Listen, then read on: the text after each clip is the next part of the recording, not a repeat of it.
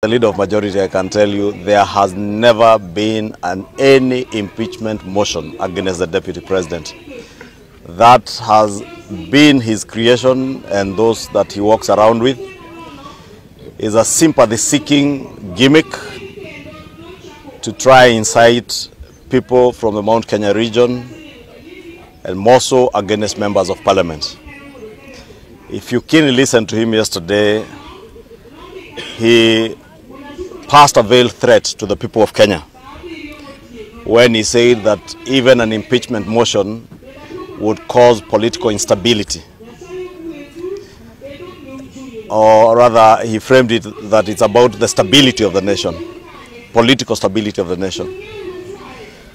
What he actually meant is that he is trying to threaten, should there be one, that there will be political instability. The kind of political instability, as I said yesterday on Twitter, that they instigated on the 25th of June, 2024. That is a threat, the veiled threat he intended to pass on to the people of Kenya, that he will cause political instability should there be an impeachment motion. But for the record, there has never been. I am yet to see one. I was last in Parliament on Tuesday, the whole day. There was no impeachment motion. No member of Parliament has ever proposed, even to collect signatures. So it's only the Deputy President who has been speaking about his own impeachment. Probably he's calling for it. I do not know. He might be calling for it.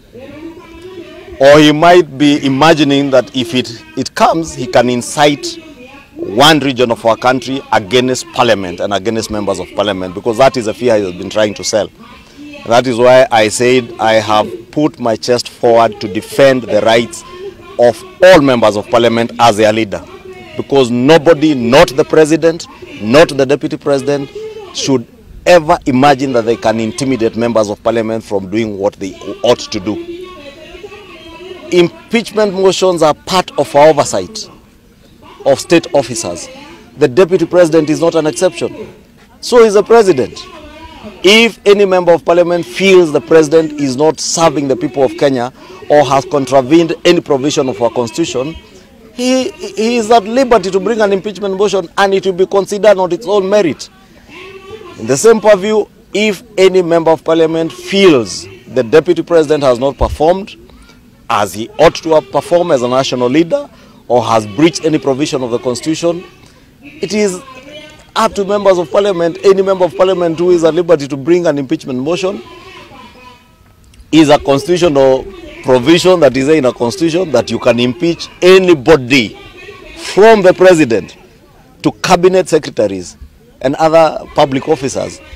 Therefore, the Deputy President should desist from making all this Ulabalu is making about impeachment, non-existent impeachment motions, because those only exist in the figment of his imagination. When President Kenyatta and William Ruto fell out, it was basically because President Uhuru Kenyatta was in his last term, had his preferred candidate for the 2022 elections, and his deputy was a presidential candidate.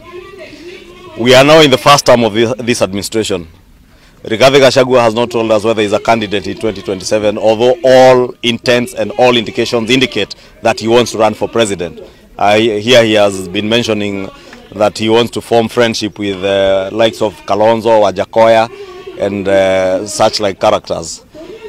And therefore, he is at liberty to do that. What I would have expected the Deputy President to be doing now, even in an address, and I did challenge him last week, for 2 years he has never addressed any national media station to either articulate what government is doing or even advance government policy on anything, be it housing, be it universal health coverage, be it the stall projects to talk about, be it even business and the pending bills I had him mentioned by passing. We have never seen him. How I wish he would spend his time to focus on those people-centric issues and not selfish parochial things.